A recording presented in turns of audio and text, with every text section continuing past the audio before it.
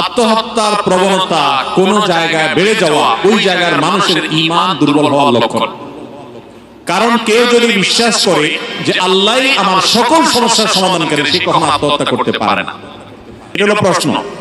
এই প্রশ্নের উত্তর হলো, তার এই সময়টাতেই মৃত্যু, হয়তো মৃত্যু লেখা ছিল, হয়তো না, তার মৃত্যু এ পর্যন্তই, হায়াত এ পর্যন্তই ছিল, এটুকু নিশ্চিত। কিন্তু তার শাস্তি হবে মৃত্যুর জন্য না, তার শাস্তি হবে সে কেন গলায় ফাঁস দিয়েছে, তার শাস্তি হবে সে কেন নিজেকে হত্যা করার জন্য উদ্যোগ নিয়েছে, এর জন্য শাস্তি হবে, মৃত্যুর জন্য না।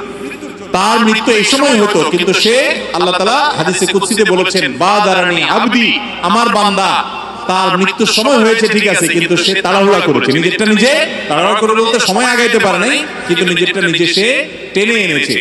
এটা তার জন্য নিষেধ করা হয়েছে। আল্লাহ নিষেধাজ্ঞাকে অমান্য করেছে, নিজেকে হত্যার মুখে ঠেলে দিয়েছে। আল্লাহ বলেছেন, লা তুলকু বিআইদিকুম ইলা তাহলুকা, তোমরা নিজেদেরকে ধ্বংসের দিকে ঠেলে দিও না। লা তাকতুলু আনফুসাকুম, তোমরা আত্মহত্যা করো না। আত্মহত্যা করার মানে হলো সে আল্লাহর প্রতি আস্থা কমে যাওয়া, তার সমস্যা, তার ঋণ আল্লাহ সমাধান করতে পারেন না, এরকম নাউযুবিল্লাহ, এরকম যখন মনের অবস্থা তৈরি হয় তখন সে আত্মহত্যা করে। ঈমানদার কখনো নিরাশ হতে পারে না। ওয়ালা ইয়াইআস মির রাহিল্লাহি ইল্লাল কওমুল কাফিরুন, আল্লাহর রহমত থেকে কাফির ছাড়া কেউ নিরাশ হতে পারে না। ঈমানদার সবসময় ভরসা করবে কার প্রতি? দেয়ালে পিঠ থেকে গেছে, সে বলবে শেষ নাকের ডগার শেষ থাকা পর্যন্ত আল্লাহর কুদরত আমি পেতে পারি, অপেক্ষা থাকবো। ঈমানদার নিরাশ হতে পারে না। এজন্য আত্মহত্যাকারীকে নবী সাল্লাল্লাহু আলাইহি ওয়াসাল্লাম বলেছেন সে জাহান্নামে যাবে।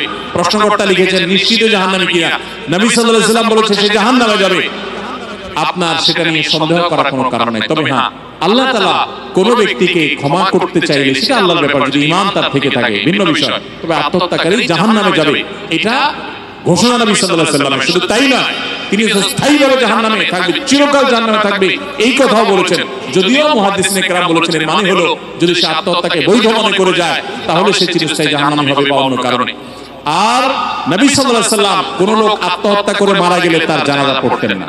সাহাবীদেরকে অন্যদেরকে বলতেন তোমরা পড়, তিনি পড়তেন না, যাতে করে মানুষ আত্মহত্যা না করে। এজন্য খবরদার, আমাদের সমাজে অনেকের কাছে এটা একটা ফ্যাশনে পরিণত হয়েছে। আজকাল তো লাইভে এসে আত্মহত্যা না, মানে আত্মহত্যাটাকে এনজয় করে নাকি, যে লাইভে এসে আত্মহত্যা করে। অনেকে আবার কালিমা পড়তে পড়তে আত্মহত্যা করে। কালিমা পড়তে পড়তে আত্মহত্যা করা, এটা হলো বিসমিল্লাহ বলে মদ খাওয়ার মতো। আপনি খাচ্ছেন মদ, হারাম কাজ, আবার বলতেছেন বিসমিল্লাহ। কোন মদখোর নাকি মদ খাওয়ার আগ দিয়া তার মোচ অনেক লম্বা ছিল, মোচটা উঠাই দূরে খাচ্ছে। আরেকজন বলে এত কষ্ট করে খাচ্ছ কেন? বলে যে মোচে কোনো কিছু খাওয়ার সময় লেগে গেলে মাকরুহ হয়। খাচ্ছে কি? মদ। চিন্তা করতেছে কিসের? মাকরুহ। অথচ মোচে লাগলে আসলে মাকরুহ হয় না, মাসালা বুয়া সে বলছে। তো যাই হোক,